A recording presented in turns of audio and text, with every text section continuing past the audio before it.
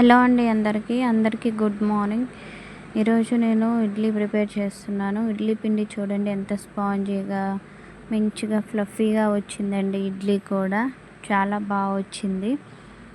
అంతేకాదు నేను ఎప్పుడు వీడియో తీసినా ఇడ్లీ ప్రిపేర్ చేసే వీడియోనే తీస్తున్నా అండి. ఎందుకంటే నేను మర్చిపోతున్నాను. వేరే టిఫిన్ చేసే వీడియోస్ అయితే నేను షూట్ చేయట్లేదు. ఈరోజైతే నేను ఇడ్లీ పల్లీ చట్నీ, అల్లం చట్నీ ప్రిపేర్ చేసేదైతే చూపించేస్తున్నాను. చాలామంది అల్లం చట్నీ వేరేలా చేస్తారు, నాకైతే అలా రాదు.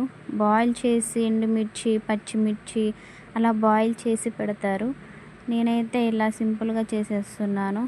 నా వీడియో కనుక మీకు నచ్చినట్లయితే లైక్ చేయండి, షేర్ చేయండి, సబ్స్క్రైబ్ చేసుకోండి. చట్నీ అయితే చాలా సింపుల్గా చేశాను, చాలా బాగుంది. నేనైతే అల్లం చట్నీ ఇలానే చేస్తాను, చాలా సింపుల్గా నాకు వచ్చినట్టు నేను చేస్తున్నాను. తర్వాత మిక్సీ కూడా పట్టేసి మంచిగా చూడండి ఫ్లఫీగా వచ్చింది.